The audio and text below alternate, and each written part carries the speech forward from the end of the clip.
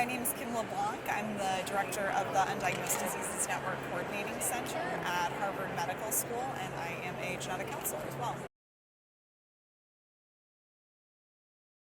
The Undiagnosed Diseases Network is a research network that's funded by the National Institutes of Health, and the goal is to bring together researchers and clinicians to solve essentially the hardest medical cases, so patients who have not been able to be diagnosed in a typical hospital or with their home provider. So for a number of the patients that we see in the UDN, there is a genetic condition that's underlying their symptoms.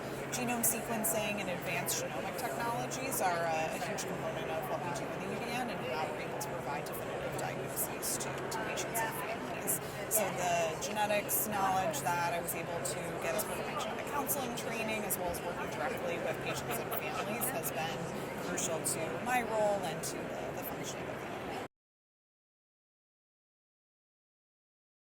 We are able to do multi-disciplinary clinical evaluations, bringing together multiple different types of providers to evaluate patients either in person or via telehealth. As I mentioned, we also do have access to genome sequencing as well as emerging genomic approaches like long-read sequencing or RNA sequencing.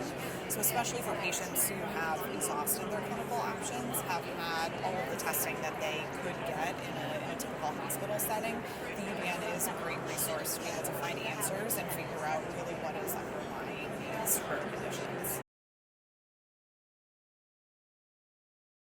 My talk later today is about variants of uncertain significance, essentially those genetic changes that we're not sure what they mean that come up when you're doing genome sequencing or exome sequencing or panel testing.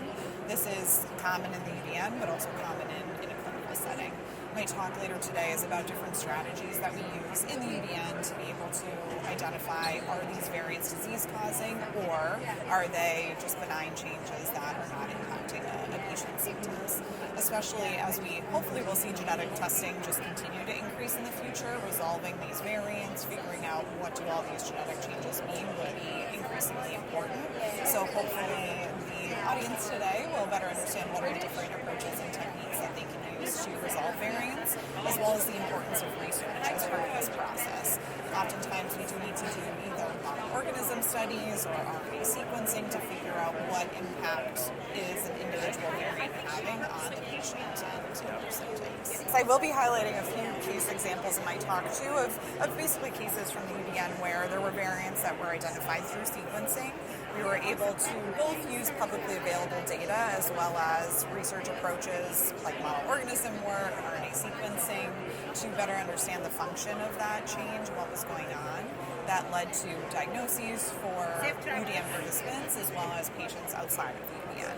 So as we are able to reclassify these variants, as we're able to learn more, that has a ripple effect. There are patients who now don't have to go through the UDN to get a diagnosis because that information is publicly available and it can be used in the analysis of their genetic sequencing data and used in their care moving forward.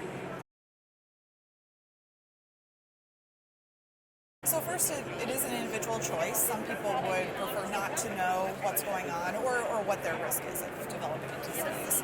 But the power in having a diagnosis is really understanding what is happening and how best to manage and treat it, even if a treatment doesn't exist now. So for example, in the UDN, we're discovering new conditions. We've discovered almost 100 new conditions. There obviously are not clear treatments for the majority of those. It empowers people and families to take next steps to figure out really what is going on and what could be the best way to treat that condition in the future. So we found that it is empowering for most people to have an understanding of this is what is causing symptoms, and either this is the management or treatment strategy that I should pursue because of that, and if it doesn't exist, this is where the additional research has to be done to increase the knowledge and hopefully treatment management.